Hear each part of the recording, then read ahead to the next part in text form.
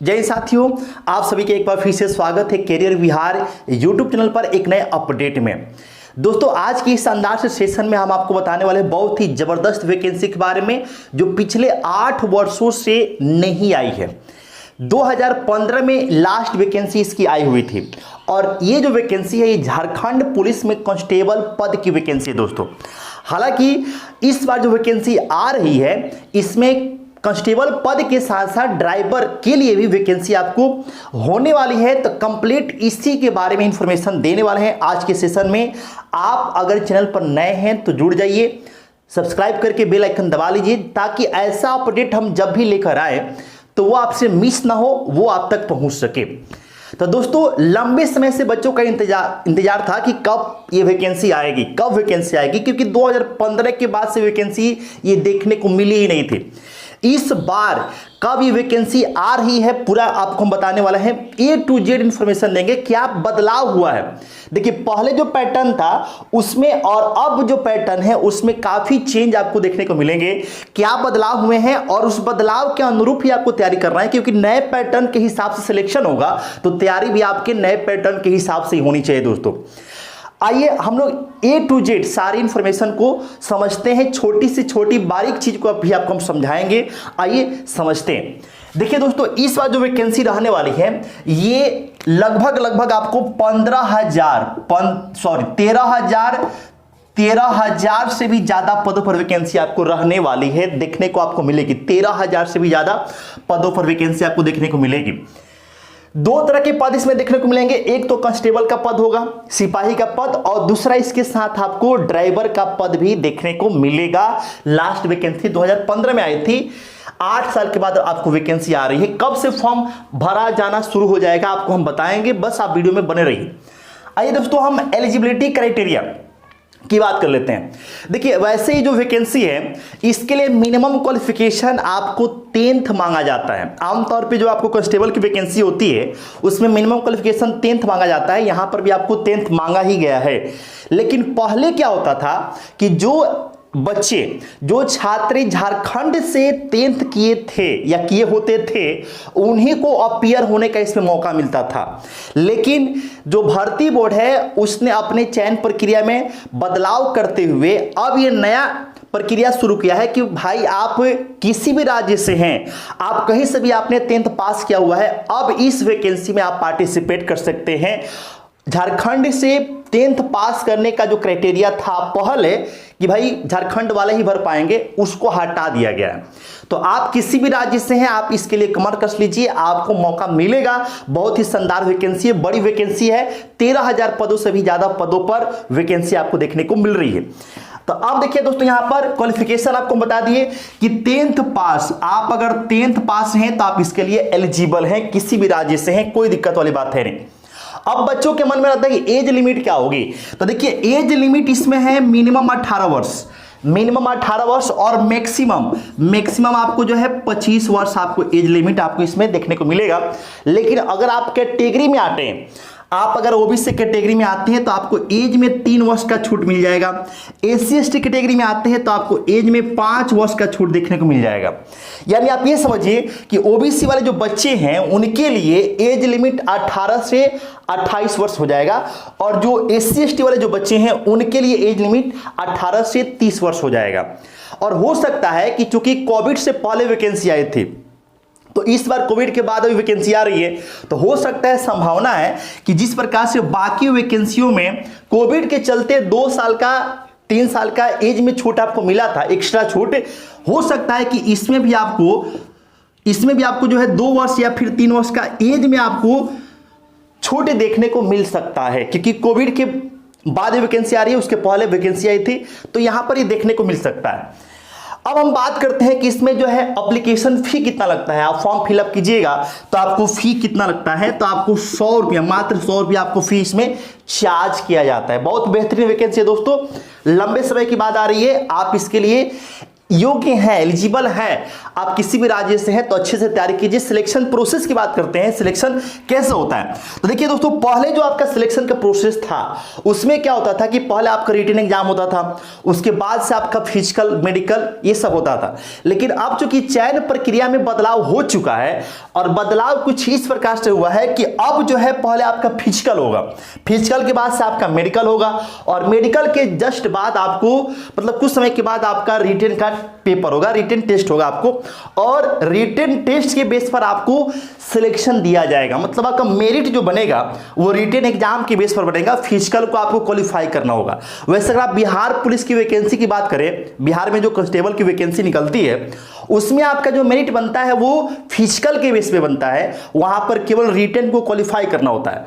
लेकिन यहां पर क्या है कि मेरिट आपका रिटन के बेस पर बनेगा, फिजिकल को क्वालिफाई करना है, ये आपको फिजिकल क्वालिफाई करना है दोस्तों। ठीक है दोस्तों, अब हम बात कर लेते हैं कि फिजिकल की क्या क्राइटेरिया है। देखिए फिजिकल में आपका दो चीजें होती है, एक होता है फिजिकल इफिशिएंसी टेस्ट और एक होता है फिजिकल स्टैंडर्ड टेस्ट।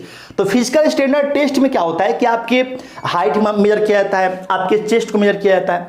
तो पहले हम पीएचटी की बात करेंगे।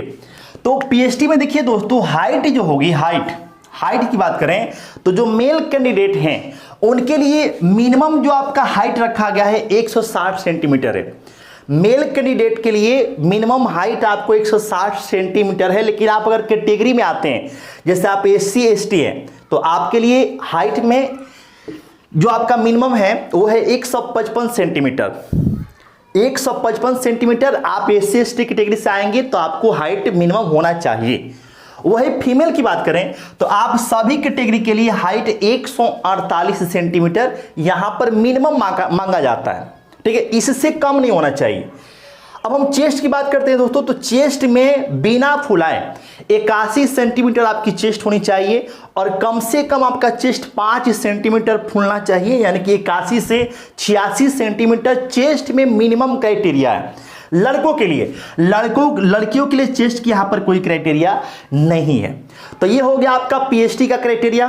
अब पीएचडी के बाद से हम लोग पीटी समझते हैं। देखिए रनिंग, इसमें पीटी का मतलब होता है फिजिकल एलिजिबिलिटी टेस्ट। इसमें आपको जो है देखा जाएगा कि आपकी शारीरिक दक्षता कितनी है, आप कितने दक्ष हैं, कितना आपके अंदर जो है कैपेसिटी है। क्योंकि कांस्टेबल की बहाली है तो इसमें आपको जो है शरीर से फिट होना जरूरी है। तो देखिए इसमें रनिंग होता है और रनिंग में दोस्तों आपको 10 किलोमीटर की रनिंग होती है। समय कितना रहता है? 60 मिनट। 10 किलोमीटर की रनिंग, समय कितना रहेगा? 60 मिनट। किसके लिए? लड़कों के लिए। वही लड़कियों की बात करें तो 5 किलोमीटर की रनिंग होगी, समय मिलेगा आपको 40 मिनट। 40 मिनट आपको समय मिलेगा, ये मैक्सिमम हो गया। 60 मिनट से ज्यादा नहीं मिलेगा, 60 मिनट से कम टाइम में आपको ये पूरा करना होगा। लड़कियों को 40 मिनट से ज्यादा नहीं मिलेगा, 40 मिनट से कम टाइम में 5 किलोमीटर का सफर तय करना होगा। तो ये रनिंग है, बहुत हार्ड नहीं है, आसान है, आप आसानी से कर सकते हैं दोस्तों। अब चलिए दोस्तों, यहां पर फिजिकल के बाद से चूंकि आपका मेडिकल होगा और मेडिकल के बाद से आपका रिटन टेस्ट होगा, उसी के बेस पर आपका मेरिट बनने वाला है। रिटन टेस्ट की बात कर ले तो देखिए इसमें दोस्तों 3 पेपर होने वाले हैं। पहला पेपर, दूसरा पेपर, तीसरा पेपर। 3 पेपर होने वाले हैं, अच्छे समझ लीजिए। 3 पेपर, पहला, दूसरा और तीसरा पेपर, 3 पेपर होने वाले हैं। जो पहला पेपर होगा दोस्तों उसमें हिंदी होगा और इंग्लिश होगा। हिंदी के 80 क्वेश्चन होंगे, एक क्वेश्चन 3 नंबर का। तो 80 में 3 से मल्टीप्लाई कीजिएगा, 240 नंबर आएगा।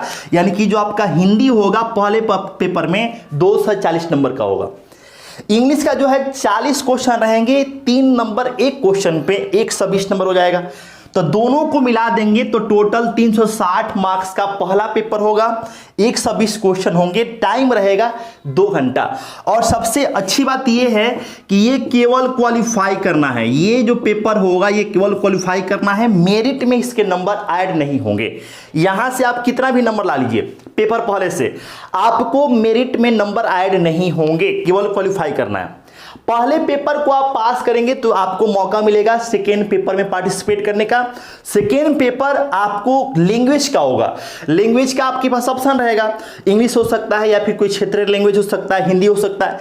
और उसके बाद आपको जो है पेपर देना होगा, पेपर में आपको क्वेश्चन होंगे 100 और ये क्वेश्चन 3 नंबर का। तो टोटल मार्क्स हो गए 300, समय रहेगा 2 घंटा, निगेटिव होगा 1/3 का, 1/3 की निगेटिव होगी। तो 1/3 निगेटिव का मतलब क्या हुआ कि चूंकि एक क्वेश्चन 3 नंबर का है तो 3 का 1/3 निकालेंगे तो आएगा 1, यानी कि एक गलती करेंगे तो आपका 1 नंबर कट जाएगा पेपर सेकेंड में। तो ये आपको 300 नंबर का पेपर है, 2 घंटे का समय मिलेगा। और आपको बताते चले कि यहां से जो आप नंबर लाएंगे वो आपके मेरिट में ऐड होगा, वो आपके मेरिट में ऐड होगा, मेरिट में इसका सहयोग रहेगा। ये केवल क्वालिफाई करना है। पेपर सेकेंड को आप जब आप देंगे तो उसके बाद से आपको पेपर थर्ड में आपको मौका मिलेगा। तो पेपर थर्ड में जब आपको मौका मिलेगा तो फिर आपको जो है यहां से 4 सेक्शन है। एक तो आपका साइंस के 20 क्वेश्चन रहना है, जीके के 40 क्वेश्चन रहने हैं, झारखंड जीके के 50 क्वेश्चन रहने वाले हैं, और मैथ के 10 क्वेश्चन। सबको ऐड कीजिएगा तो टोटल आपको 50, 40, 90 और 30, 120 क्वेश्चन हो गए। एक क्वेश्चन 3 नंबर का, तो 360 नंबर का ये पेपर होगा सेकेंड वाला। और यहां पर भी आपको टाइम मिलेगा 2 घंटे का, 1/3 यहां पर भी निगेटिव होगी। और यहां से जो आपको नंबर मिलेगा वो भी आपको मेरिट में सहायक होगा। यानी कुल मिला के ये समझिए कि जो पहले पेपर का पहला जो पेपर हुआ है वो कितने नंबर का, तो वो हुआ है आपका 300 नंबर का। तो पहला पेपर 300 नंबर का, दूसरा पेपर 360 नंबर का, दोनों को मिलाएंगे तो 660 जो मार्क्स है इसी के बेस पर आपका मेरिट बनने वाला है। और इसी में आप जितना देखिए पहला पेपर और दूसरे पेपर जितना आप अच्छा परफॉर्मेंस करेंगे उसी के बेस पर आप समझ सकते हैं कि आपका सिलेक्शन होगा। पहला पेपर केवल क्वालिफाई करना है, सॉरी यहां पे देखिए दूसरा पेपर और ये तीसरा पेपर, दूसरा और तीसरा पेपर आपको जो है मेरिट बनाएगा। पहला पेपर आपको केवल क्वालिफाई करना है। समझ गए दोस्तों। अब सवाल यह है कि वैकेंसी कब आएगी। तो वैकेंसी दोस्तों आपको जो न्यूज निकल के सामने आ रही है उसके हिसाब से हम बात करें तो सितंबर 2023 तक आपके वैकेंसी का मतलब कि प्रोसेस शुरू हो जाएगा। प्रोसेस शुरू होने का मतलब क्या हो गया कि इसका फॉर्म हो सकता है कि आपको मतलब कि सितंबर के लास्ट तक तो आ ही जानी चाहिए, वैकेंसी आपकी देखने को मिलेगी। तो बहुत वक्त आपको नहीं है दोस्तों, आपका अभी जुलाई चल रहे हैं, अगस्त सितंबर मतलब 2 माह का समय है वैकेंसी को आने में। आप 2 माह को आप यूटिलाइज कीजिए और जो भी अपडेट निकल के सामने आएगा इस वैकेंसी से रिगार्डिंग, जो भी छोटा बड़ा अपडेट निकल के सामने आएगा आपको हम जरूर बताएंगे। तो आप एकदम कमर कस लीजिए, बहुत ही शानदार मौका है। लंबे समय के बाद वैकेंसी आ रही है, 2015 में आई थी, इसके बाद आपको 2023 में देखने को मिल रही है। तो बहुत ही शानदार, बहुत ही बढ़िया मौका है दोस्तों। और इस बार सभी के लिए वैकेंसी है, केवल झारखंड से जो मैट्रिक पास किया उसी के लिए नहीं है, सबके लिए वैकेंसी है। तो आपके पास मौका है कि आप यहां से अपना अच्छा एक कैरियर बना सकते हैं। तो उम्मीद करते हैं कि आप इस सेशन में जो भी छोटी बड़ी अपडेट्स है जो हमने बताया अच्छे से समझ गए होंगे। आपको अगर कोई डाउट रहा हो तो आपका कमेंट बॉक्स खुला है भाई साहब, कमेंट में आप कमेंट बॉक्स में कमेंट करके आप हमसे पूछ सकते हैं, ठीक है। तो ऐसे अपडेट पाने के लिए चैनल पर नए हैं तो सब्सक्राइब कर लिए। फिर से मिलते हैं नए अपडेट के साथ नए वीडियो में। चलिए फिर से जय हिंद।